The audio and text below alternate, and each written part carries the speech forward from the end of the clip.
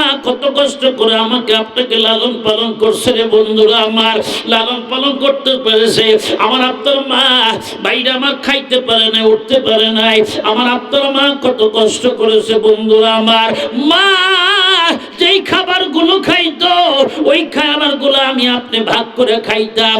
মা জনমদুখিনী মা আমাকে আপনাকে পেটে নিয়ে শুকিয়ে গিয়েছিল, কঙ্কাল হয়ে গিয়েছিল। মার চোখটা পর্যন্ত বড় হয়ে গিয়েছিল বন্ধুরা আমার। মার খাবারগুলো আমি আপনি ভক্ষণ করে খাইতাম বন্ধুরা আমার। শোনেন, সারাদিন হাড় ভাঙ্গা পরিশ্রম করে জনমদুখিনী মা যেই মাত্র বন্ধুরা আমার, জনমদুখিনী মা গভীর রজনীতে ভাইরা আমার ঘুমের গভীর হইয়া গেছে, বিভোর হইয়া গেছে, নাক ডাকায়া ঘুম পড়তেছে। মা কেন সারাদিন হাড় ভাঙ্গা পরিশ্রম করে জনমদুখিনী মা ঘুমার ঘরে কি কাটিয়ে দিয়েছে। এবার মা জনমদুখিনী মা সারাদিন কাজকর্ম সেরে ঘুমের ঘরে কাটিয়ে দিয়েছে। যেই মাত্র আরামের ঘুম ঘুমাইছে ওই মাত্র আমি আপনি এমন একটা বাম্পার দিয়ে লাথি মেরে দিলাম। মা ব্যথায় বেদনায় সহ্য করতে না পেরে উঠিয়ে ভাইরা আমার ফোপড়ে ফোপড়ে গভীর রজনীতে কান্নাকাটি করতেছে। আব্বা বলেছিল, বেবি রে বল তুই এত রাত্রে কেন কান্দিস, কি হয়েছে তোর বল। ডাকতে বলতে যে পাড়ার স্বামী আমার, আপনি বুঝবেন না, আমার পেটের সন্তান আমাকে লাথি মেরে দিয়েছে পায়ে কি পেটের মধ্যে। ও বিবি রে একটু ঘুমা না, আমার ব্যথায় বেতন আমি ঘুম আদায় করতে পারতেছি না, আমার সন্তান আমাকে ঘুম পাড়তে দিতেছে না। বন্ধুরা আমার শোনাল, জনমদুখিনী মা কতদিন মা আব্বার পা ধরে কান্নাকাটি করতেছে পারে স্বামী আমার। আমার সন্তান দেখতে দেখতে 9 মাস 10 মাস হয়ে যায়। ও পারে স্বামী আমার, আমি আপনার পা ধরে বলি বল কি জন্য পাও ধরিস তুই বল। বলে স্বামী আমার, কত হসপিটালের বেডে কত মা সন্তান জন্ম দিতে মারা যায়, কত মা ভূমিষ্ঠ হতে, কত সন্তান ভূমিষ্ঠ হইয়া সিজার করার অবস্থায় মারা যায়। বলে স্বামী আমার, মনে হইতেছে আমার সন্তান ভূমিষ্ঠ হওয়ার সময় আমি দুনিয়ায় বাঁচবো না। বলে স্বামী আমার, যদি আমি মারা যাই আমাকে আল্লাহ রাস্তা আপনি মাফ করে দিবে।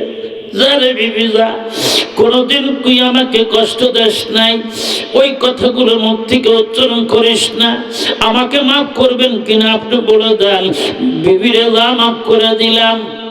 বন্ধুরা আমার, এবার স্বামীর কাছ থেকে বিদায় নেয়, পাড়া প্রতিবেশীর কাছ থেকে বিদায় নেয়, ভাইরা আমার বাড়ির লোকজনের কাছ থেকে বিদায় নেয়, সব মানুষদের কাছ থেকে বিদায় নিয়ে হাঁটু করে যে মাত্র ভাইরা আমার চলে যায়, জনমদুখিনী মা চলে যায়, হাঁটু করে সন্তান প্রসব করার জন্য চলে যায়। বন্ধুরা আমার, ব্যথায় বাইরে আমার মা কাতর হয়ে গেল। মাথায় যেই মাত্র এমন ব্যথা বেদনা আকৃত হয়ে আঁকড়িয়া ধরলো, যেন দুনিয়ায় সব মানুষ উল্টে ভাইরা আমার উলট পালট হইয়া যাইতেছে। এবার জনমদুখিনী মা মনে করতেছে দুনিয়ায় কিয়ামত হইয়া গেছে। জনমদুখিনী মার পেটের থেকে যেই মাত্র আমি আপনার সুম্মা সাবিলাইয়াস সালা, সুম্মা সাবিলাইয়াস সালা ছোট্ট কিছু জায়গা দিয়ে আমি আপনি যেই মাত্র দুনিয়াতে ভাইরা আমার বের হয়ে আসলাম, জনমদুখিনী মা ভাইরা আমার সেলসেলে ছাড়া দিছে, অজ্ঞান হয়ে জমিনের মধ্যে পড়ে আসে। মা পচা রক্তর ভিতরে গড়াগড়ি করতেছে। বন্ধুরা আমার, আমি আপনি যেই মাত্র শিক্ষক ভাইরা আমার বের হয়ে চলে আসলাম, ভাইরা আমার কান্নাকাটি করতেছি।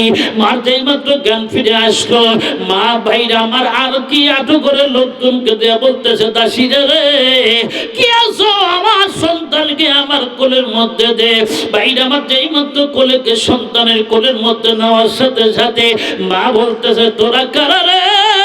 আমার এই সন্তানকে আমি যেই মাত্র আমি কোলে নিলাম, আমি কোলে নেওয়ার সাথে সাথে আমি মা এই মুহূর্তে আমি 10 মাস 10 দিনের ব্যথার কথা আমি মা ভুলিয়া গেলাম। একটু ধরে কন্যা সুবহানাল্লাহ।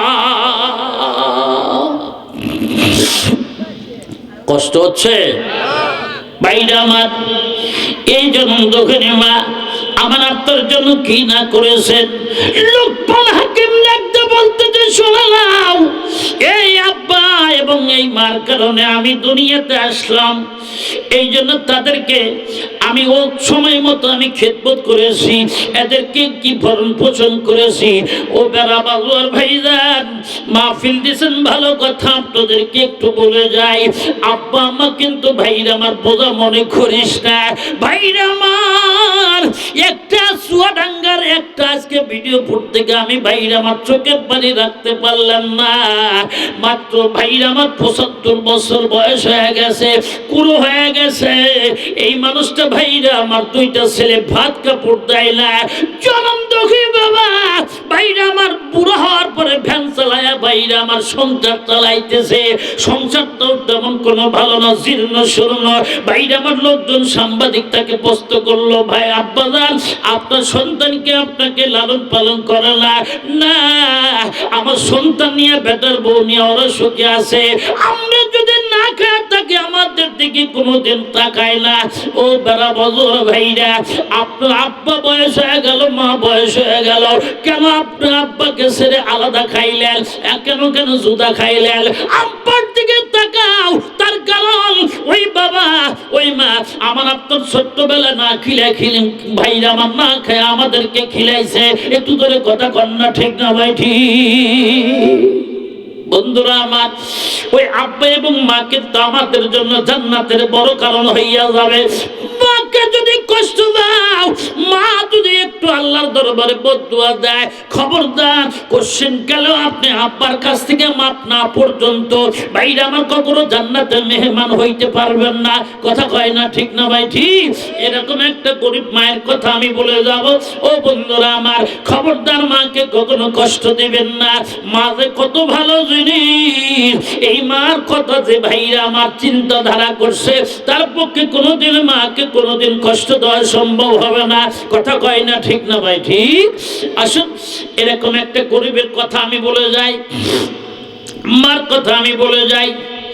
জনম দুঃখিনী মা আব্বাকে হারাইলেন। অনেক মানুষ দেখবেন রোড অ্যাক্সিডেন্টে মারা যায়, যায় কি যায় না? রোড অ্যাক্সিডেন্টে মারা যায়। আপনারা রোডের পাশে, মানে আপনারা ভালো বুঝেন, রোড অ্যাক্সিডেন্টে মারা যায়। আব্বা মারা যাওয়ার পর বিবির পেটের মধ্যে সন্তান আছে। বিবিকে বলছিল, বিবি রে, এই সন্তানটা যদি বড় হয়ে যায়, আমাদের মতো যদি হয়, এই সন্তানকে আমরা একটু দিনী প্রতিষ্ঠানে, একটু মাদ্রাসায় ভর্তি করে দিব। বলে কেন?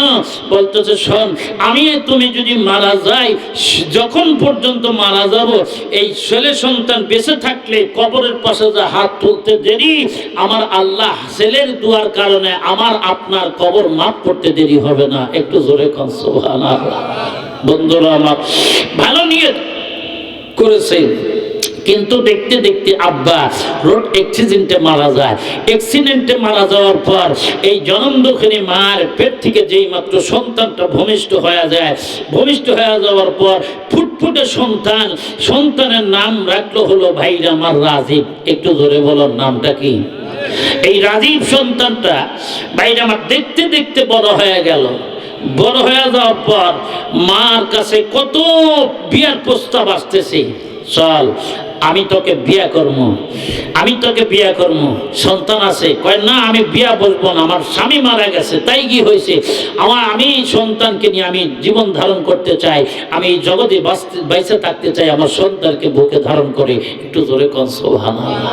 বন্ধুরা আমার, কত বিয়ার প্রস্তাব আসে। এই জনম দুঃখিনী মা সন্তানের মুখের দিকে তাকাইয়া বিয়া বসে না।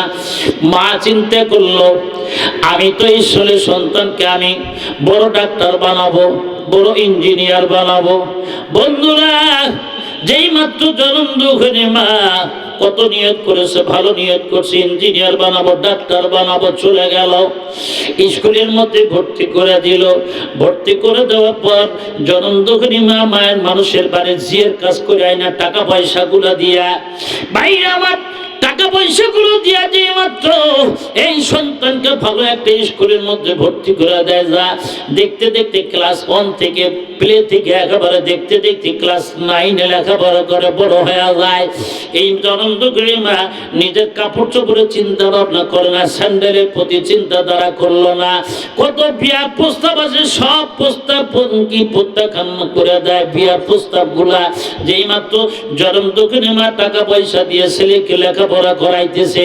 হঠাৎ করে প্রত্যেকদিন টিফিন কেড়ের বাটির ভিতরে ভাত দিয়ে দেয়, আমার সন্তান টিফিন করবে স্কুলের মধ্যে। হঠাৎ করে আজকে জনম দুঃখিনী মা টিফিন কেড়ের পেটের মধ্যে ভাত দিতে পারে নাই। যেই মাত্র এই রাজীব সন্তানটাও দেখতেছে আমার মা ভাত দেয় নাই, আজকে না খায়া থাকবো, না খায়া থাকবো। কিন্তু আমার মা যেন স্কুলের মধ্যে না আসে, স্কুলের মধ্যে আসলে তো আমি ধরা খায়া যাবো। আমার বন্ধু বান্ধবের ভিতরে বললাম আমি তো শিল্পপতির সন্তান, আমি বড় লোকের সন্তান, কেন আমার পরনের মধ্যে বড় লোকের ভাব আছে। বন্ধুরা আমার, যেই মাত্র দোয়া করতে দেরি, জনম দুঃখের মা টিফিন কেড়ের বাটির ভাইরা আমার ভাত নিয়ে স্কুলের মধ্যে ঢুকতে দেরি না, একটু ধরে কন্যা মারহাবা।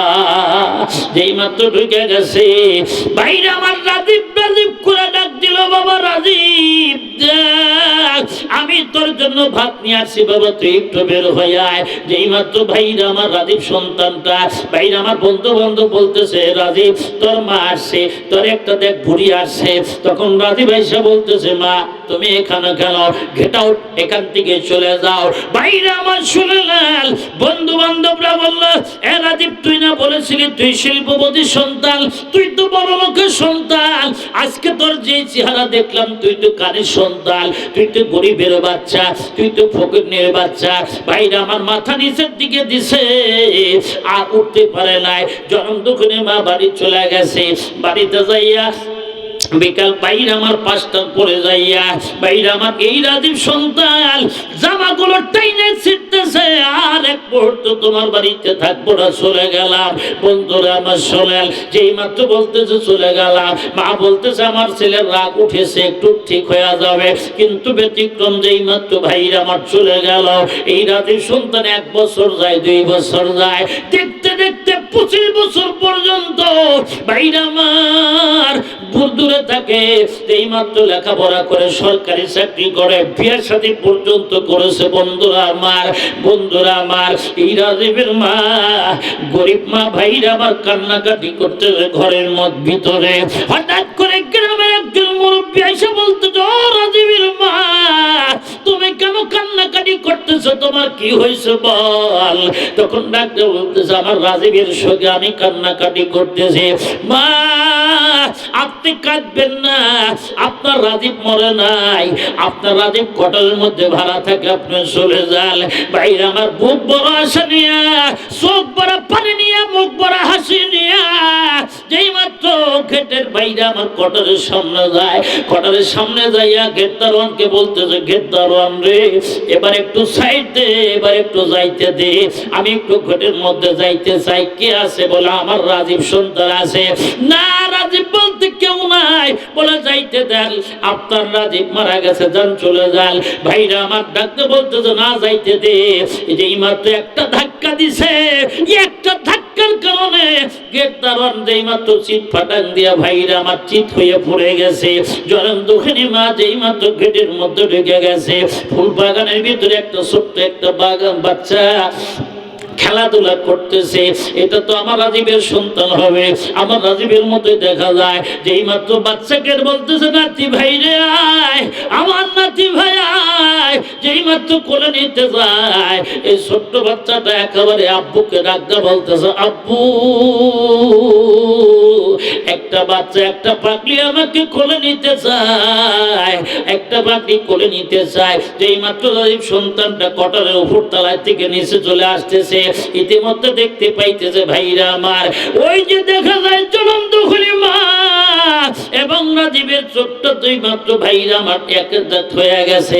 এই রাজীবের সন্তানটা চোখটা দিবার দিল মাঠের দিকে, মাঠ দিকে তাকায় না, তাকায় না।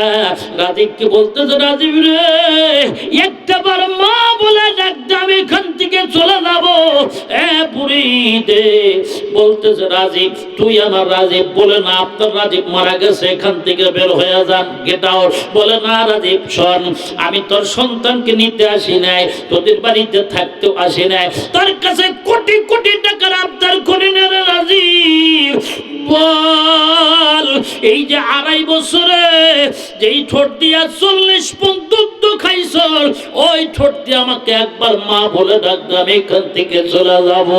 এ বুড়ি যেই হাতের মধ্যে ময়লা, ওই হাতের মধ্যে ময়লা নিয়ে আমার সন্তানকে কোলে নিছেন, নামাইয়া দেন।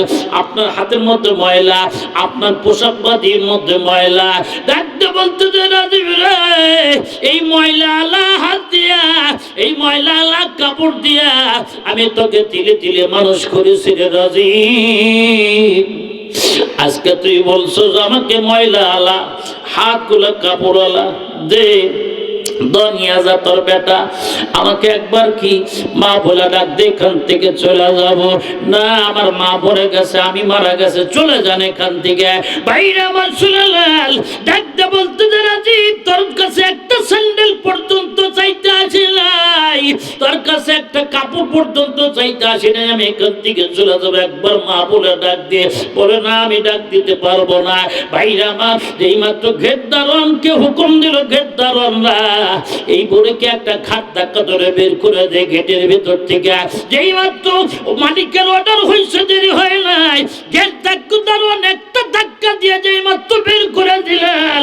ভাইরা আমার জনম দুঃখে মা গেটের বাইরে যে হোসাট খাইতে, ভাইরা আমার গড়াগড়ি করে, ভাইরা আমার কান্নাকাটি করতেছে। মার পোশাক পাতির মধ্যে ময়লা, মা পাগলে বেশি চুলের মধ্যে ময়লা লেগে গেল। মা ভাইরা আমার চোখ ভরা পানি নিয়ে বাড়ির দিকে বাগুলের বেশে চলে গেল। এবার রাজীব সন্তানটা বলতে আরে আমি কি করলাম, কি অপরাধটা করলাম, মায়ের সাথে বেদবি করলাম, বালিশের সাথে লাগায় বলতে আরে আমি আগামী সপ্তাহে আমার কিবার সরকারি একটা কোষাঘরের কাজ একটা যাবে এলাকার ভিতরে, আমি তখন মায়ের কাছে যাব, 2000 টাকা দিয়ে আসবো। আজকে মায়ের সিমটমটা ভিন্ন, আমার কাছে আমার সিমটমটা ভিন্ন, আমি দেখাশোনা করার জন্য পড়ে যাব। বাইরে আমার যেই মাত্র কাজের জন্য গেল, ইতিমধ্যে তৎকালীন যুগের মা 8 পাস মা জলম দোকানে